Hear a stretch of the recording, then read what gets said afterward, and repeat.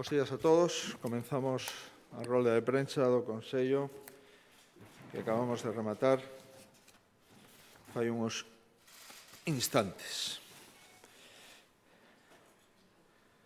Insistimos en que agradecemos a presencia dos medios de comunicación na sala e tamén os que nos siguen de xeito virtual. O número de persoas que contraeron o virus en Galicia ascende xa a 9.895. 79, o 0,8%, se atopan na UCI, un paciente menos que no día de onte. 498 se atopan hospitalizados, o 5% total de pacientes, e 960 persoas son as persoas que faleceron en Galicia dende o mes de marzo. Galicia é a quinta comunidade autónoma con menor taxa de incidencia nos últimos 7 días e é a cuarta comunidade autónoma con menor taxa de incidencia nos últimos 14 días. En canto a un indicador que me parece fundamental, que é a ocupación de camas en UCI e en hospitales, no que se refire a UCI, somos a segunda comunidade autónoma con menor ocupación, un 11,88 fronte a un 29,11. En o que se refire á hospitalización, somos tamén os segundos con menor ocupación de cama en planta hospitalaria. Estamos no 6,7% de camas ocupadas por patoloxía COVID fronte ao 16,4% de media nacional. Seguimos, por tanto, nunha situación comparativamente mellor que a media de España, o cual, evidentemente, non pode en ningún caso caer na autocomplacencia nin na relaxación. A evolución sigue sendo mala e, como recordábamos onte, o número de casos novos diarios nos últimos 15 días se incrementaron máis do 100%. A mediados de outubro, o 14 de outubro, andábamos en 4.000 e algo casos activos, e a finais do mes de outubro superábamos os 9.000, e agora acabo de referir que estamos xa bordeando os 10.000, 9.895 o día de onte. A situación, por tanto, é delicada. Como saben, o Comité Clínico tamén recomendounos incrementar as restriccións, e iso é o que temos feito con novas limitacións que entran en vigor mañá venres ás 0 horas para 60 municipios na comunidade autónoma. Buscamos resetear o sistema a través de unha medida dolorosísima para un sector especialmente querido por todos os cidadáns de Galicia, como é o sector da hostalería. Seguimos coa mesma receita, que é a anticipación, intentando, en primeiro lugar, evitar o confinamento domiciliario. En segundo lugar, baixar a presión asistencial e o estrés profesional que neste momento se está vivindo na maioría dos hospitais, especialmente nas UCIs, en urxencias, tamén nos centros de saúde e nas residencias da terceira edad e de discapacidade. E, en terceiro lugar, si fora posible, si puidéramos facelo, intentar a partir de decembro, na campaña de Navidad, volver outra vez a unha certa normalidade nos hábitos sociais, nos hábitos de consumo e, polo tanto, salvar, na medida do posible, o impacto que a pandemia vai a ter no mes de Nadal en toda España, en toda Europa e en Galicia. Digo que estamos a falar de medidas moi restrictivas que afectan a 60 concellos en Galicia, pero que, de algún xeito, de forma directa ou indirecta, afectan os 313. E moi especialmente o sector da hostalería. Volvemos a reiterar. As cafeterías, os restaurantes, os bares, os seus locales non teñen a responsabilidade do virus. A responsabilidade do virus é a relaxación social que temos os clientes cando acudimos a estes lugares de encontro e estes lugares de maior interacción social. O problema, por tanto, non é dos titulares de estos establecementos, pero é certo que os titulares de estos establecementos están pagando o custe das medidas que onte o Comité Clínico e o Goberno da Xunta de Galicia, un a proposta e outro por aprobación, fixemos públicas e que entran en vigor, como digo, ás 0 horas de mañá venres, na madrugada do venres ao sábado. Pois ben, hoxe o Consello da Xunta valoramos unha liña urxente de axudas para saír en apoio da hostalería e do turismo. Como recordarán, ao longo das últimas semanas xa plantexamos que tiñamos que buscar solucións para os autónomos, para as microempresas, e dentro de autónomos e microempresas, evidentemente o sector da hostalería é un dos sectores fundamentais. Durante os últimos días nos reunimos co sector da hostalería e do clúster do turismo, tuvemos conversacións informales con eles, incluso se chegou a plantexar por parte de algún dos axentes do sector a posibilidade de pechar nas próximas semanas para intentar buscar un certo alivio durante o Nadal. Nestos encontros, polo tanto, se valorou esa hipótese, un peche total de xeito temporal para salvar, na medida de lo posible, o mes de Nadal, e, evidentemente, isto sempre iba condicionado a medidas de apoio. Pois ben, hoxe o Goberno da Xunta deliberou vai a propoñer enriba da mesa un elenco de medidas de apoio á hostalería. Neste momento, esas medidas de apoio están xa vistas na Mesa de Diálogo Social. Agora se trata de perfilar na Mesa de Diálogo Social e tamén na mesa que vamos a abrir co sector da hostalería e do clúster de turismo de forma inmediata. Se lles parece, e con todas as cautelas, me gustaría trasladarlles cale o contido e alcance da proposta que o Goberno vai a facer de forma inmediata ao sector da hostalería a partir de esta tarde. Estamos falando de unhas axudas que quedarían do seguinte xeito. Estaríamos nun abano de entre 2.200 euros a 7.000 euros. Entre os 2.200 euros a 7.000 euros hai unha serie de condicionantes e hai unha serie de criterios para, como mínimo, 2.200 euros no caso de un autónomo propietario de un bar ou dunha cafetería sin empregados e ata 7.000 no caso de un autónomo que teña empregados nesa cafetería, nese bar ou nese restaurante. A diferencia depende do número de empregados e tamén depende do número de meses que leva pechado. No caso da cidade de Ourense, levarían pechados a finales de novembro case 2 meses, e no caso de outras cidades, pois levarían o mes de novembro. Por tanto, digamos que quedaría 1.200 euros como complemento á prestación por cese de actividade que xa teñen dereito conforme á legislación estatal, 1.200 euros de complemento, máis 4.000 euros se ten empregados, se durante ese tempo se estuvo en ERTE, non hai por que estar agora, pero se estuvo en ERTE, e ten unha baixada de facturación media mensual de menos de máis do 50%, nese caso, no caso de unha cafetería, con varios empleados, ata 10, que acredite que estuvo en ERTE desde o mes de marzo a todo agora, entendo que todos estuveron, ou casi todos estuveron en ERTE, marzo, abril e maio estaba todo pechado, e que teña unha baixada media mensual do máis do 50%, considerando que esos meses estuveron pechados prácticamente vai a ter a inmensa maioría. Nese caso, entran con 4.000 euros máis, estamos xa en 5.200, e no caso de peche durante un mes, no mes de outubro, 1.000 euros máis, e no peche do mes de novembro, outros 1.000 euros máis.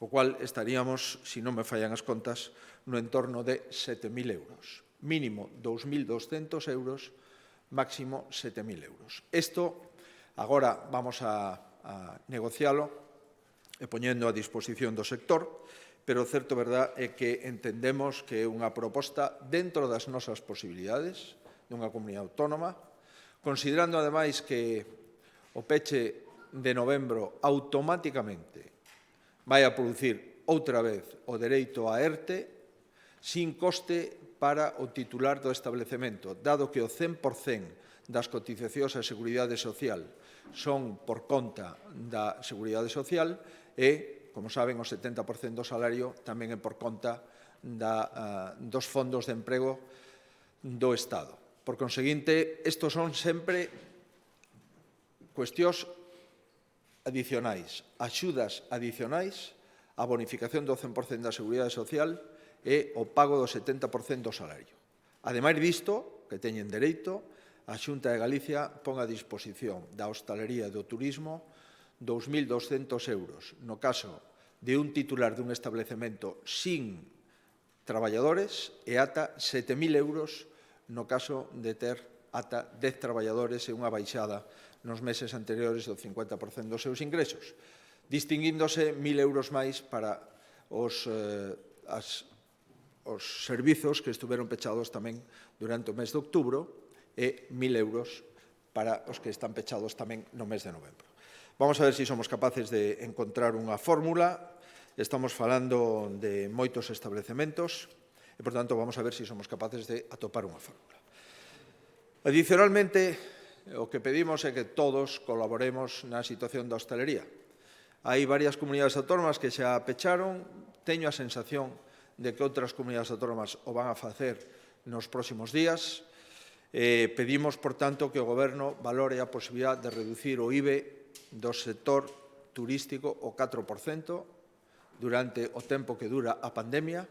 E, en segundo lugar, tamén lle pedimos a todos os concellos de Galicia que bonifiquen ou eximan dos tributos e das taxas ao sector da hostelería durante este ano 2020. Pensamos que, se todos sumamos, evidentemente todos chegaríamos a botar unha man a titulares de establecementos que non son responsables, na inmensa maioría dos casos, porque estaban cumplindo os parámetros que exixía a pandemia. Estaba cumplindo o aforo, estaban cumplindo a hixiene de mans a todos os seus clientes e estaban cumplindo as normas que as autoridades sanitarias aprobaron para todos os establecementos. Lamentablemente, insisto, nos vimos abocados a esta proposta. Os médicos e o personal clínico nos solicitou formalmente a toma de decisión, polo menos, mentras eu sexa presidente, as motivacións clínicas sempre pesarán nas decisións políticas, polo menos, insisto, mentras eu estea ao fronte da Xunta de Galicia. Ben, esta é unha das cuestións que creo que poden ter interese. Seguimos con outras en relación tamén coas empresas e microempresas. Nos pediron unha guía de actuación para PEMES e emprego autónomo frente ao COVID cando se activa a alarma de un positivo nunha empresa. Acabamos de aprobar unha guía que esperemos resolva todas as dificultades e, por suposto, tamén incluímos o que xa tiñamos: medidas preventivas, medidas de ventilación, máscaras se deben usar segundo o caso e cales se deben usar, e dunha forma moi especial que debe de facer unha empresa cando teña un positivo dentro da súa plantilla, desde o punto de vista de contacto coas autoridades sanitarias, e tamén cales son os criterios de aillamento dos contactos estreitos para non caer en interpretacións que ás veces ocurren, que tamén intentamos aillar os contactos dos contactos estreitos, aínda que os contactos estreitos dean negativo. Por tanto, para acreditar e ordenar todo eso, esta guía acabamos de aprobarla no Consello. En relación a outros asuntos que tamén teñen que ver coa pandemia, todos os países están acelerando as súas políticas de innovación e a Xunta de Galicia adopta hoxe un acordo que espero continúe os próximos anos para ordenar toda a innovación da comunidade autónoma nun único órgano. Se trata de potenciar a innovación e de coordinar a innovación. Como saben, levamos 112 iniciativas emprendedoras e innovadoras no ámbito da COVID que atendimos por un importe de 12 millóns de euros. Tamén temos propostas de innovación dentro das 108 proxectos que presentamos ao Next Generation, pero o certo é que hoxe o que facemos é crear a Comisión Interdepartamental para organizar todos os proxectos de I+D+I da Xunta da Administración Autonómica. O propósito é perfeccionar a coordinación dos distintos departamentos da Xunta. O obxecto é planificar obxectivos de levar a cabo proxectos e de executar fondos. Queremos a maior eficacia e o maior fortalecemento do ecosistema innovador de Galicia. Hai unha serie de funcións desta comisión. Identificar sinerxias entre consellerías e evitar solapamentos. Estamos facendo innovación na Consellería de Medio Rural a través de Agacal e de outros instrumentos. Na Consellería do Mar a través de Intecmar e de outros institutos de investigación. Por suposto, na Consellería de Sanidade a través da Axencia de Coñecemento e de todos os hospitais, a maioría deles con fundacións de investigación. Por suposto, na Secretaría Xeral de Universidades que tutela, coordina e ampara toda a investigación e a innovación das universidades e, por suposto, o GAIN, que é a Axencia de Innovación de Galicia. Pois ben, todo este tipo e todos estes órganos da Comunidade Autónoma van a xestionarse de forma coordinada. Vamos a realizar propostas de actuación e de contratación de personal investigador de forma coordinada. Vamos a abordar as modificacións normativas. Haberá un cadro de mando integral para unha xestión eficaz. Concretaremos e seleccionaremos e prioricemos os proxectos de innovación da Comunidade Autónoma e impulsaremos a simplificación administrativa. Esta comisión estará presidida polo vicepresidente segundo do Goberno e conselleiro de Economía e Empresa e será vicepresidenta a directora da Axencia Galega de Innovación. Formarán parte dela 8 consellerías e, por suposto, a Antega, que é a Axencia Tecnolóxica da Comunidade Autónoma. Levamos traballando tempo e Galicia está acelerando as súas propostas de innovación. Entrou no 14 e no 18, incrementamos un 23,8% os investimentos en innovación, pasando de 477 millóns a 590. E se incrementou un 13% o personal dedicado á innovación, pasando de 9.405 galegos a 10.630. Materias de vivenda e aforo enerxético, dous acordos importantes. Convocamos un programa para subvencionar axudas e investimentos para a eficiencia enerxética de 17 millóns de euros que mobilizarán 35 millóns de euros e que crearán 2.000 postos de traballo. Por tanto, se trata de convocar axudas do Programa Estatal de Mellora de Eficiencia Enerxética de Vivendas e Edificios que xestionamos as comunidades autónomas e o Goberno que fai hoxe é aprobar a convocatoria de estas axudas de 17 millóns de euros, que suporán un investimento de 35 e a creación de 2.300 postos de traballo. Que actuacións vamos a subvencionar? Actuacións na envolvente térmica dos edificios. O uso de enerxías renovables para instalacións térmicas de calefacción, climatización, refrigeración, ventilación e auga quente sanitaria, sustituindo, por exemplo, as enerxías fósiles pola enerxía solar térmica, pola aerotermia, pola xeotermia e pola biomasa. E tamén melloran as instalacións de iluminación, entre as cales están as luminarias, as lámpadas, os equipos, os sistemas que permiten a domótica, é dicir, o sistema de regulación de acendido por medios digitais. Todo isto para as vivendas de Galicia, vivendas de galegos na comunidade autónoma, vivendas que tiñan que estar finalizadas antes do ano 2007. Pois ben, os beneficiarios, lóxicamente, son os propietarios das vivendas, xa sexan vivendas unifamiliares ou as comunidades ou agrupacións de propietarios. Vamos a publicar este programa de 17 millóns de euros mañá venres. Terán unha cuantía base en base a unha serie de criterios. Criterio social, eficiencia enerxética, actuación integrada, etc. Ademais deste programa de 17 millóns de euros, tamén se suma un programa que xa tiña o Goberno da Xunta e que finaliza neste ano 2020, o programa de 18-20, con 2 millóns de euros. En as 3 convocatorias anteriores xa conseguiremos rehabilitar 4.500 vivendas. Por tanto, si con este diñeiro de 2 millóns chegamos a 4.500 vivendas, é evidente que con 17 millóns de euros vamos a chegar a miles de fogares galegos.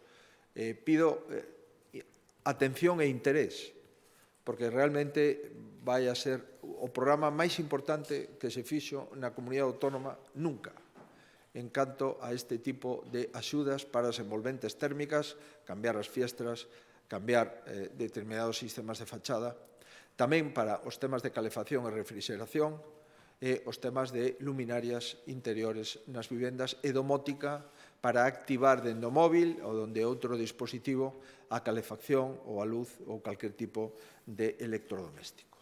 Insisto, vamos a crear 2.300 empregos e hai 35 millóns de euros no mercado que necesitamos tanto para manter o emprego que estamos perdendo como consecuencia das restriccións sanitarias. Tamén seguimos co compromiso coa madeira. Quixera darlles conta de este compromiso na última convocatoria.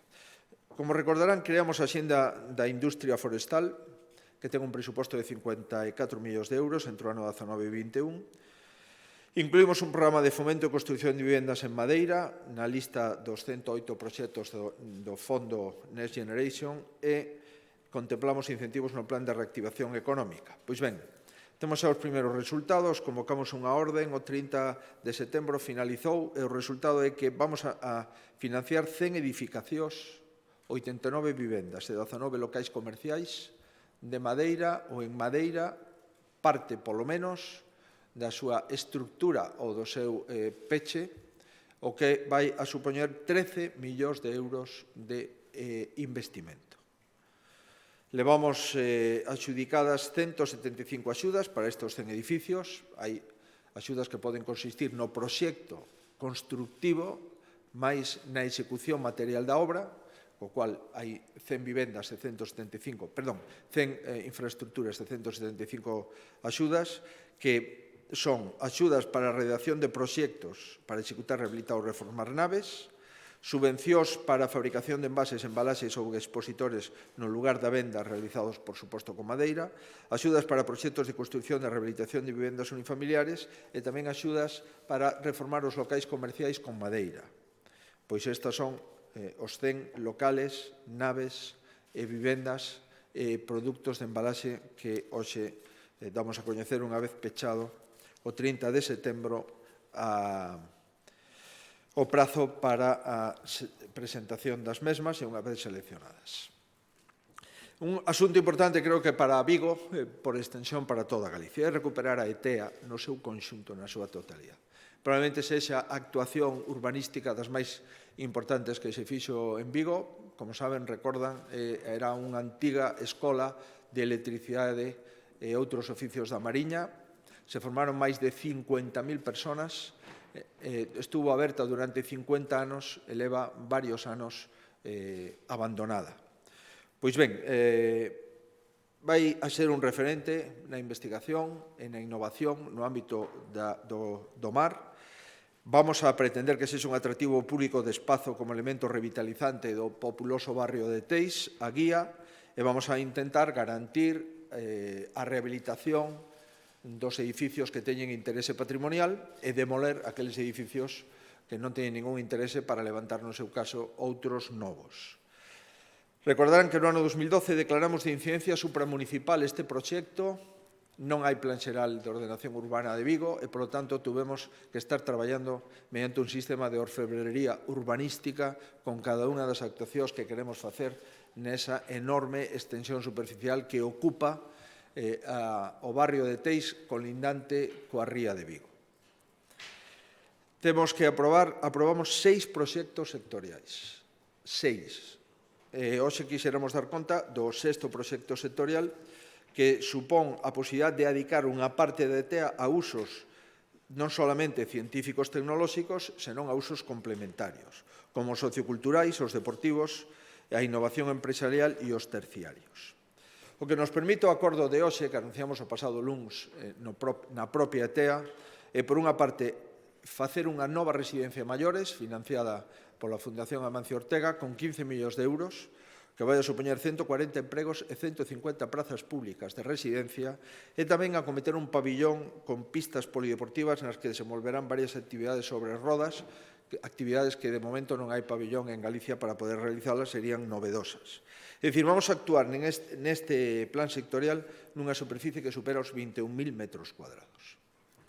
A ordenación proposta parte do principio de mantenimento da estrutura urbanística das antiguas instalacións e o resultado é manter 4 edificios, a residencia Álava, a residencia Liniers, Morse e Enfermería, estos hai que rehabilitalos, e demoler 5 edificios: Corpo da Guarda, Cartel Méndez Núñez, Cuartel José Luis Díez e o edificio de aulas e edificio Patiño. Nesto se van a demoler porque non teñen interés arquitectónico.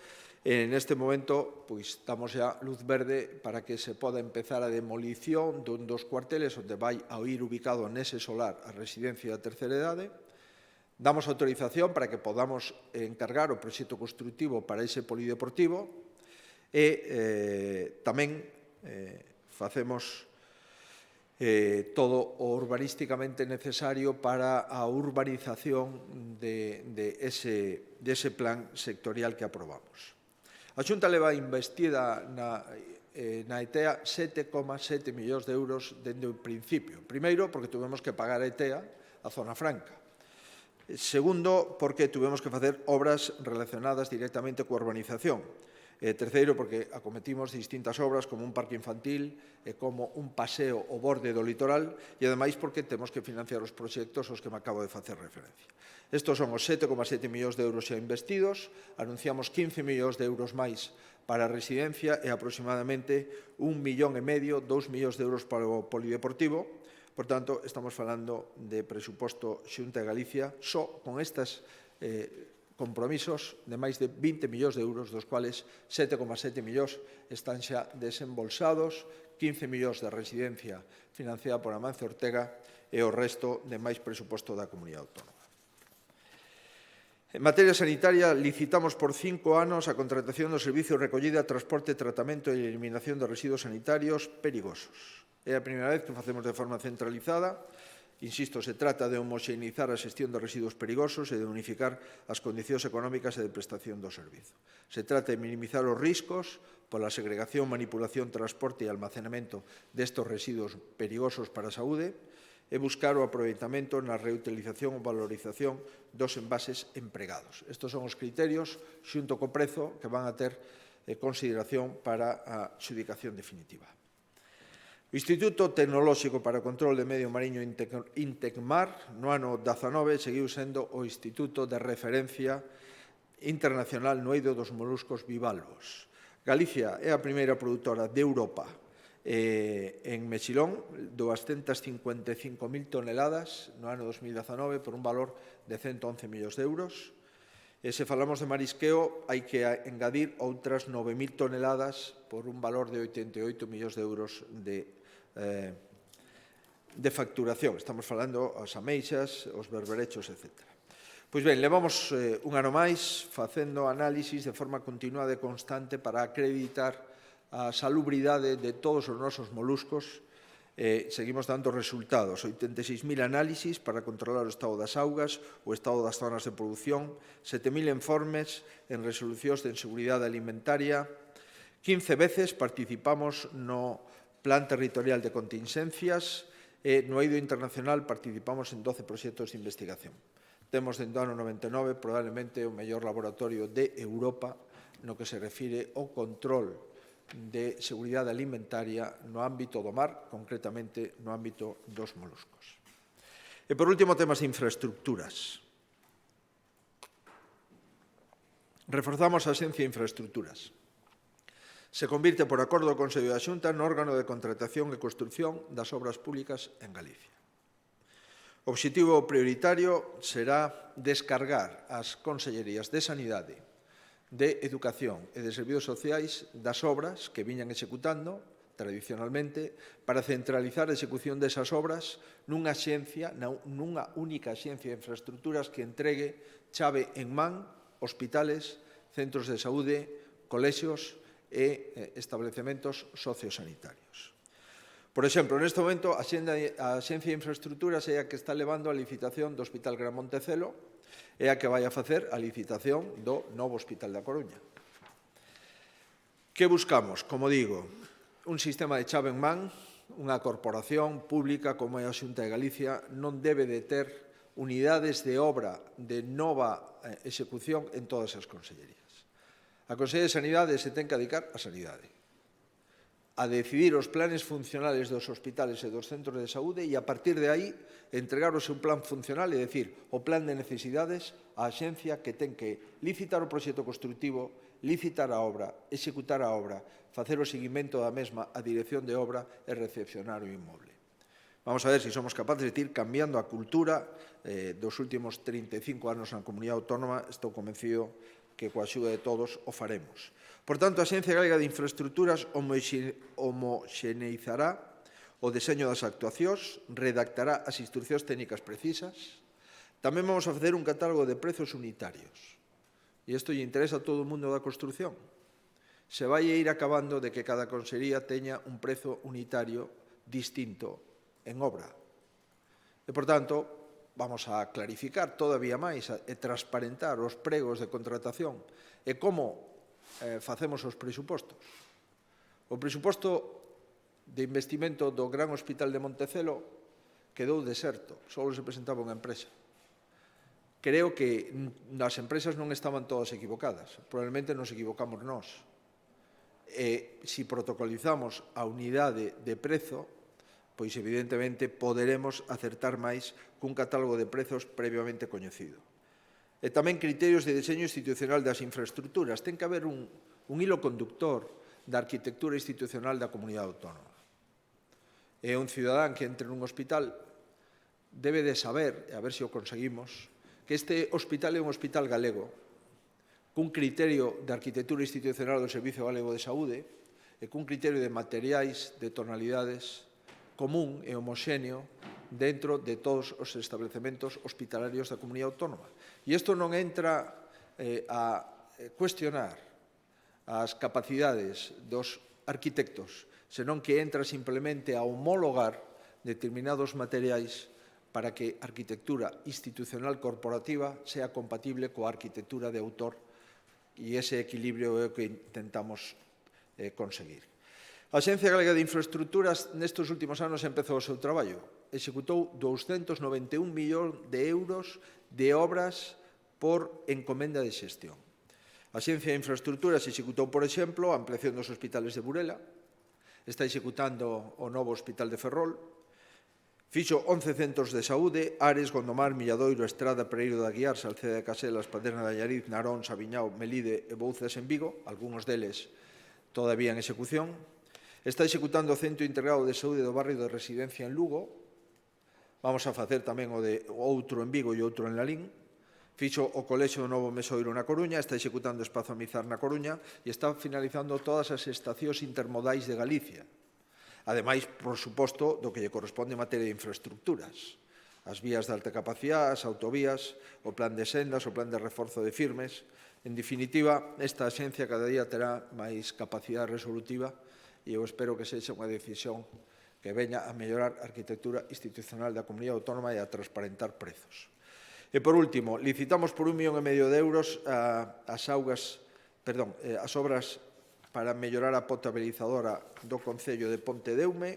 Como saben, isto é unha competencia municipal, pero toda vez que houve un problema de turbidez no río Eume e as súas consecuencias de abastecemento, os 11.000 habitantes de Pontedeume, a Xunta de Galicia vai a poñer 1,5 millón de euros para solucionar o problema, asegurar o abastecemento, mellorar a calidade da auga e efectuar un seguimento da situación. Actuamos de forma urgente, permitiron restablecer en 2 semanas o consumo da auga, pero agora temos xa que mellorar a potabilizadora do Concello de Pontedeume e axudar a este Concello ante o problema que tivo de turbidez as augas do Eume. E, por último, tamén autorizamos un novo investimento de 1 millón de euros na cidade das Burgas para mellorar unha estrada na zona de Seixalbo. Levábamos xa executados 850.000 euros de 1,5 km nesa zona, entre o tanatorio e o alto do Cumial, e agora, con outro 1 millón de euros, finalizamos a mellora da estrada ou 105 ubicada na contorna do tanatorio.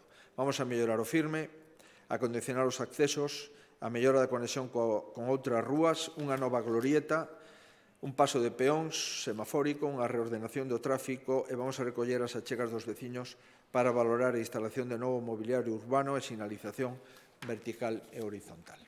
Isto é todo. Isto foi o que deu de sí o Consello da Xunta e quedou a súa disposición.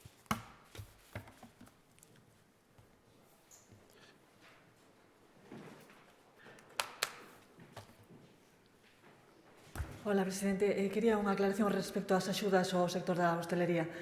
Quería saber canto diñeiro vai a destinar a Xunta a estas axudas, cando calculan que poden ser, que número poden ser os beneficiarios e cando se van a poder solicitar estas axudas.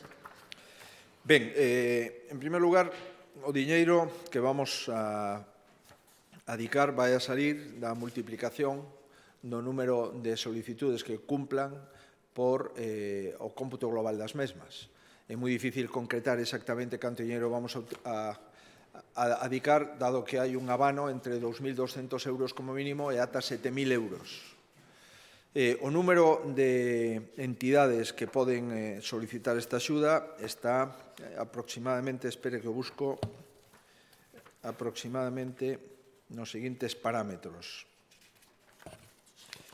Nos 60 concellos onde restringimos este mes de novembro con intensidade, apuntei, non é? Se o atopo e o digo, se non, o decimos máis tarde.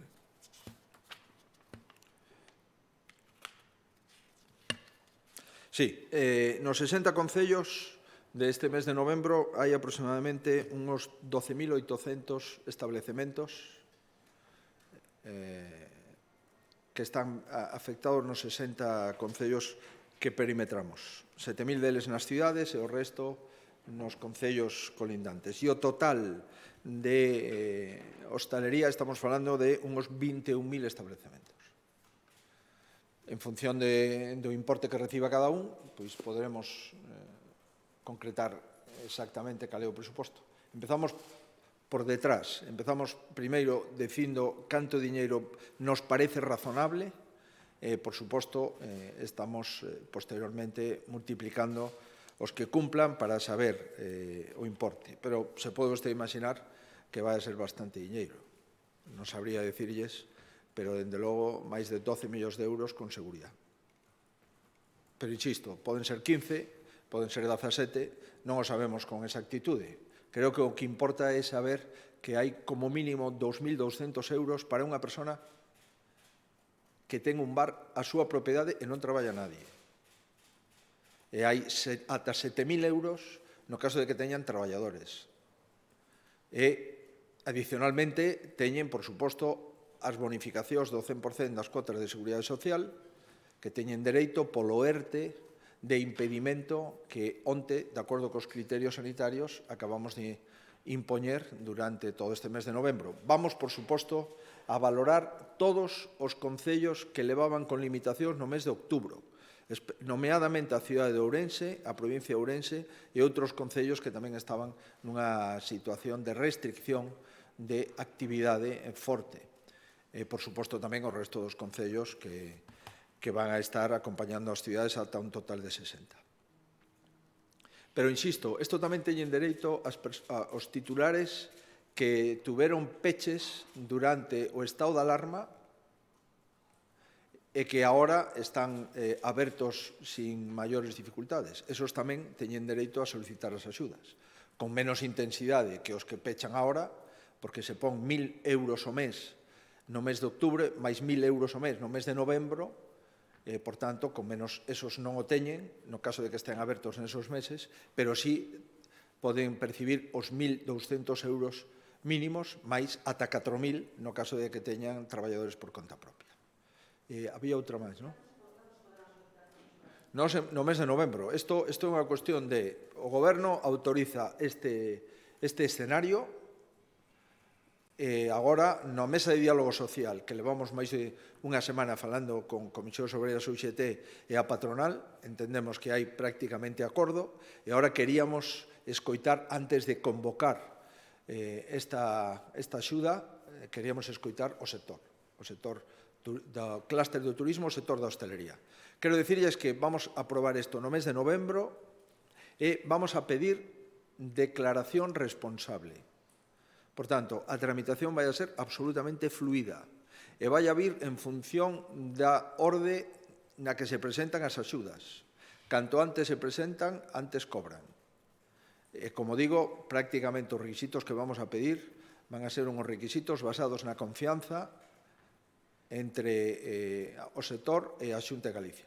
Por suposto, se queren cobrar os 4.000 euros das axudas para aqueles autónomos que teñan a su vez empregados, si lle vamos a pedir que acrediten que estuveron en ERTE durante os últimos meses, dende o mes de marzo, en algún plazo, e adicionalmente que acrediten que a baixada dos ingresos en cuantía mensual está no entorno do 50%, que entendo que é fácil de acreditar, toda vez que no mes de marzo, e sobre todo abril, maio e ata mediados de xuño en Galicia, estuveron pechadas todas as instalacións. Sí, presidente, bo día. En relación ao Consello Interterritorial de onte, quería saber un pouco cal é a valoración que fai da conclusión en relación a darse un par de semanas antes de decidir se son precisos ou non os confinamentos domiciliarios, un pouco cal é a postura de Galicia, se hai algún cambio en relación ao que dixo onte con respecto a manter aquí a previsión do toque de queda, e despois hoxe o ministro Illa en Vigo afirmou que as comunidades terán a opción de pedir máis rastreadores. Quería saber se Galicia vai acollerse a esa opción e pedir máis rastreadores. Gracias. Nos, en relación co Consello Interterritorial, sempre asistimos con moito interese de aportar. Lamentamos, como ven sendo habitual, que normalmente no Consello Interterritorial nin hai documentación previa, nin hai unha documentación que nos permita formar opinión. Normalmente son consellos deliberantes, non se toman acordos, simplemente se delibera, se reflexiona, se comenta ou se especula, pero hai poucos acordos no Consello Interterritorial. En relación coas medidas, é lóxico que as medidas teñan un impacto ao cabo de varios días.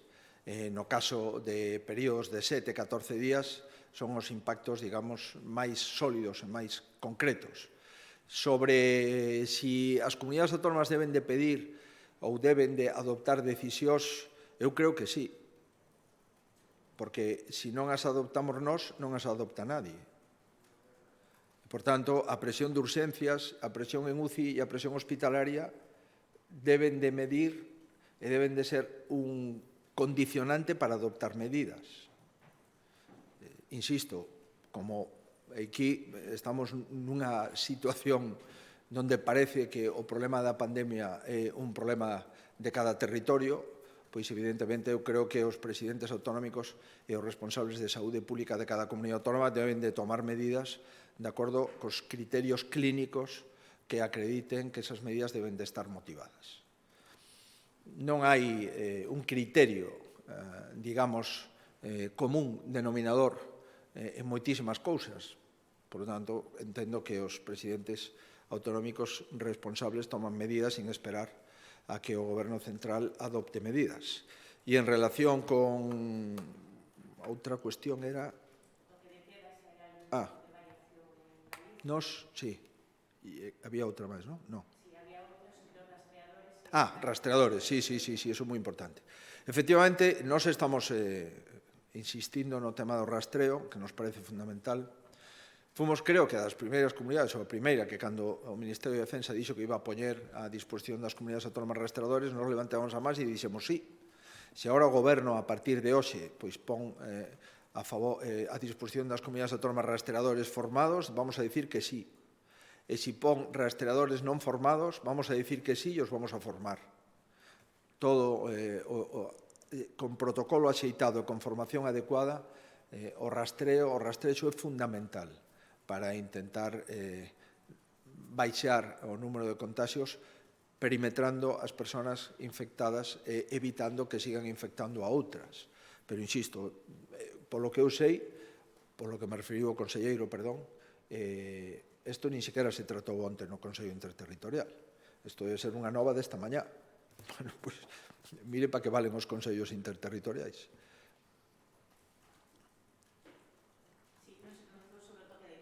Toque de queda, nós, de momento, mantemos o toque de queda as 23 horas, ata as 6 da mañá. Me consta que hai algunhas comunidades autónomas que están con toques de queda a partir das 22 horas. Creo que tamén hai comunidades autónomas que están valorando baixar o toque de queda antes das 22 horas. De momento non podemos facelo porque é unha competencia que se reservou o Goberno central. Bueno, a nos parece que deambular pola calle, dado que os establecementos de esparcemento social, tanto ocio nocturno como, lamentablemente, bares, restaurantes e cafeterías están pechados, nos parece que, de momento, non debemos de cercenar todavía máis dereitos fundamentais. Si houbera algunha consideración nas próximas semanas, no Comité Clínico, por suposto, que a valoraríamos. Buenos días, presidente. Usted, tanto ayer como hoy, decía que las duras medidas que se han adoptado son para salvar la Navidad. Entonces, yo quería preguntarle, ¿no le parece peligroso la idea, el concepto de salvar la Navidad? ¿Cree que los ciudadanos, con estas restricciones duras de ahora, pueden quizá relajarse después? No, lo que vamos a evitar, o lo que vamos a intentar evitar, es que los ciudadanos se relajen. Fíjese, si nos vamos a relajar, ya se lo digo como cliente de un bar, de una cafetería o de un restaurante, que hemos tenido que tomar decisiones a veces injustas, haciendo responsable a un sector que en la mayoría de los casos no es responsable de esas infecciones. Y, por tanto, también en Galicia hemos intentado decir en qué ayuntamientos tenemos que mejorar y en qué otros ayuntamientos las cosas van mejor. Y si las cosas van mejor en determinadas áreas de población, las restricciones son menores.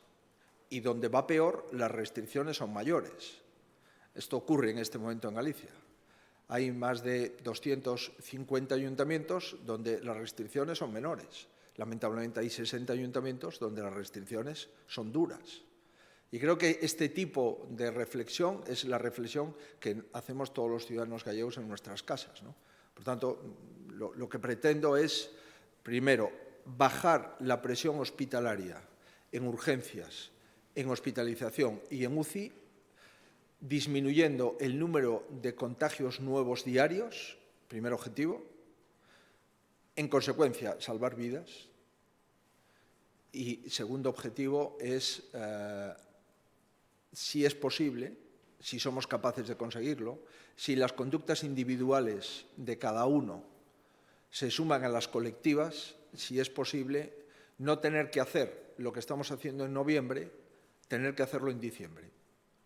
Y, por tanto, intentar que en diciembre volvamos otra vez a abrir, total o parcialmente, el sector de la hostelería y, por tanto, intentar mejorar el comportamiento económico de ese sector. Pero, insisto, no podemos garantizar nada. Lo que podemos es garantizar hacer todo aquello posible para intentar conseguir ese fin. Imagínese usted que en el mes de noviembre estamos esperando a tener la media de infecciones que tiene la media de España y no hacemos nada, continuamos y tenemos ese pico ya que no podemos gestionar en el mes de diciembre y tenemos que cerrar en diciembre. Si hay un momento bajo de la hostelería es el mes de noviembre. Si hay un momento álgido de la hostelería es el mes de diciembre. Tenemos que tomar esa decisión y hemos tomado el restringir más en momentos de menor facturación para, si es posible, abrir en momentos de mayor facturación. Sí, vos, eu incidindo un pouco o que dice a compañeira, claro, acaba de dicir que novembro é un mes baixo para a hostelería, decembro é un mes alto, por esa regla de tres, é dicir, van a aumentar as persoas en bares e restaurantes no Nadal. Non teme que poida volver a haber unha onda importante de contagios durante esa época. E logo tamén baralla a Xunta ampliar as medidas de confinamento destes concellos máis alá do mes que estipulou, porque xusto acaba cando empeza unha ponte, que se supón que nesa ponte a xente está un mes confinada, vai a desplazarse a outros lugares e pode haber tamén un aumento de contagios. Gracias. Nos onte dixemos, e volvemos a decir hoxe, que estas medidas están inicialmente previstas para 4 semanas. Non dixemos nada máis. Por tanto, inicialmente previstas para 4 semanas, como o seu propio nome indica, é que inicialmente vai a durar un mes. Si vayan a durar máis ou non, non o podemos saber agora. Por tanto, non decimos en ningún caso que dentro dun mes estas medidas queden sin efecto. Non. Inicialmente, a previsión é dun mes e iremos vendo e analizando semanal e quincenalmente como funcionan as medidas e iremos adoptando as decisións correspondentes de acordo cos resultados previos. Decir que isto que vamos a facer é producir máis contaxios no mes de Nadal, bueno, entonces, como comprenderá vostede, non sei se a proposta é pechar todo para sempre, mentre non haxa unha vacina. Vale. Eu esa proposta non me apunto. Porque, evidentemente, a proporcionalidade é o criterio básico entre a sanidade, a convivencia e a economía. Mire, no mes de agosto, en Galicia, e en setembro e en xullo entraron 800.000 personas. E nós advertíamos de que entrar sin PCRs en aeroportos, sin PCRs en ferrocarril e entrar ciudadanos prácticamente de calquer lugar do mundo iba a producir unha intensidade e un incremento no número de contagios que lamentablemente se produxo xa. E, por tanto, xa no mes de setembro xa empezamos a ter dificultades. Por conseguinte, reitero, entendo que a población cada día é máis consciente e, entre todos, vamos a intentar disminuir esos impactos, porque se non os disminuímos, sabemos que o resultado é restriccións dolorosísimas para moitísimas familias. Estamos falando de máis de 20.000 establecementos, solo unha media de 2 por establecemento, estamos falando de 40.000 personas, que se sumamos xa as dificultades que teñen os hoteles desde fai moito tempo, entón xa estaríamos con moito máis plantexamento. Pero, insisto, o criterio clínico vai a seguir vixente en novembro e en decembro. Tanto en Nadal como en novembro, que acabamos de adoptar, vamos a manter o mesmo criterio, non o vamos a disminuir. Si vimos nunha quincena que duplicamos o número de casos novos diarios dende o 14 de outubro a finais de outubro, pasamos de 4.000 e pico casos activos o 14 de outubro a máis de 9.000. Si esa quincena se volve a repetir en Nadal a pesar das restriccións, é evidente que non vamos a poder baixar as restriccións. Bueno, moitísimas gracias a todos. Perdón. Perdón. Sí. Perdón, ahora, sí. Begoña Vila.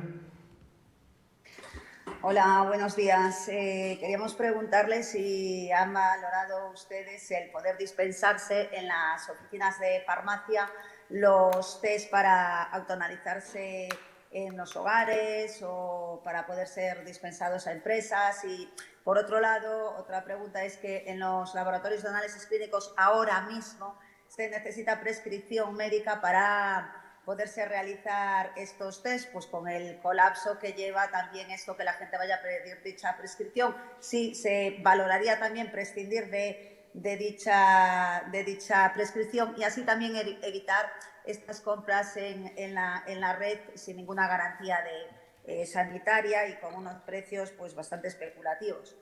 Gracias. Bien, en relación a este asunto, nós tomamos unha decisión en Ourense de pedir colaboración coas oficinas de farmacia para facer o test de antíxenos. Resultou ben, nos estamos moi agradecidos a todos os profesionais de oficinas de farmacia en Ourense pola súa colaboración.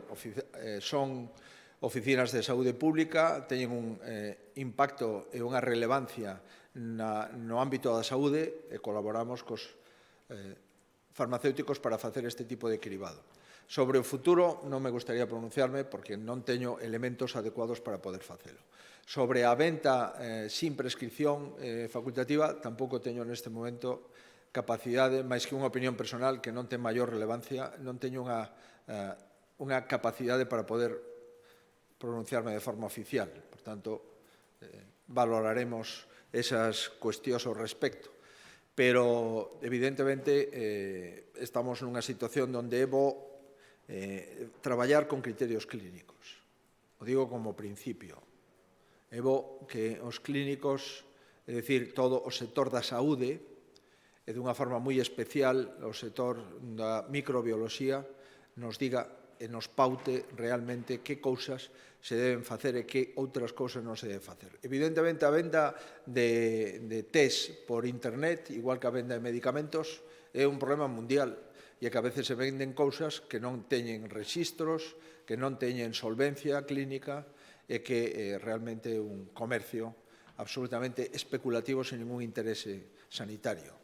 Ese risco existe, efectivamente, e coincido con vostede de que é un dos riscos da especulación de persoas que utilizan a pandemia pois sin ningún tipo de criterio moral nin ético, simplemente para enriquecerse de forma absolutamente amoral. Pero as preguntas que vostede me dice, no que acabo de referir, me gustaría ser prudente na declaración que podo trasladarlle neste momento. Sí, Alberto, seguinte pregunta. Boa tarde, presidente. Quería preguntar tamén en relación co Nadal, unha época na que acostuma haber reencontros familiares, chegar xente de fora de Galiza que está fora traballando, si valoran un escenario no, digamos, de poderse dar unha reactivación do consumo e da apertura de locais, pois, digamos, de turismo e de consumo interno galego, ou si tamén barallan un modelo de xullo e agosto de chegada de visitantes de fora de Galiza. Gracias. Bueno, Alberto, se non te importa, me gustaría ter xestionado o mes de novembro para decir con maior claridad que podemos facer o mes de Nadal, porque neste momento anticipar, cando acabamos de pechar a hostalería, anticipar o que vamos facer no mes de decembro con tanta meticulosidade, creo que é prudente esperar e ver. Esperar e ver é o máis prudente que temos neste momento. O que si digo é que calquera persona que nos visita ten que cumplir, como non pode ser de outro xeito, as mesmas normas que temos en Galicia. Por tanto, se unha persona que ven a traballar a Vigo e que ten dereito a vir a traballar a Vigo, porque o estado de alarma en España hai mobilidade plena para o traballo, para a educación, para a sanidade, para o cuidado dos maiores e dos menores, ten que cumplir as mesmas normas que ten calquer cidadano en Vigo. É dicir, non pode salir da zona perimetral concretada, etc. etc. No caso de que unha persona nos visite nun lugar onde non hai as restriccións de esos 60 concellos, ten que cumplir exactamente as restriccións que teñen os galegos nas zonas onde esa persona nos ven a visitar. Por conseguinte, pois non pode ter unha reunión de máis de 6 personas, os aforos das cafeterías e dos restaurantes serán do 50%, etc. etc. Ademais de que calquera persona que nos visite ten a obriga de rexistrarse como persona que ven de outra comunidade autónoma. Por tanto, esas normas, digamos, é a que me podo comprometer, que son as normas que hai actualmente. Por exemplo, unha persona de calquer lugar de España non pode vir a facer turismo a ningún dos 60 concellos que están con limitacións, dado que non se acepta máis que por razóns de traballo, por razóns sanitarias, por razóns educativas ou por razóns de cuidado de maiores ou menores. Por lo tanto, non pode facer turismo. Se ven a traballar, sí, se non ven a traballar, non. Ahora, se unha persona pode vir a un do resto dos concellos onde sí se pode facer turismo, pois ten que estar dentro da célula de convivintes coas persoas únicas que o acompañan, no caso de que haya restricción de convivintes, ou, se non hai, ata 6 persoas convivintes ou non convivintes. É dicir, nas mesmas condicións que os galegos, ademais de ter que apuntarse no rexistro. E a partir de aí iremos construindo, pois, en Nadal, cal é a circunstancia. Pero o principio básico e fundamental é que calquera persona que nos visite vai a cumplir estrictamente a mesma legislación que ten un galego que viva na zona onde esa persona chegue. Sí, presidente, unha última pregunta que nos traslada a Cadena SER, que tuvo un problema coa conexión. É consciente da confusión que provocan as medidas recollidas no DOGA por concellos? Non sería convinte seguir o modelo de outras comunidades ou países como Francia e establecer restriccións xerais? Si sería mellor restriccións a nivel xeral e non por concellos? Pero é que non podemos pedir a mesma intensidade nas restriccións en concellos que teñen 300, 250, 400 de incidencia por 14 días que en concellos onde non teñen ninguna, ou incluso en concellos onde teñen 50 de tasa ou 100 de tasa. Sería, na miña opinión, injusto. Se un concello está limpo ou un concello ten unha taxa de incidencia aceptable, non pode ter as mesmas restriccións que un concello que ten unha taxa de incidencia de 400 por 14 días.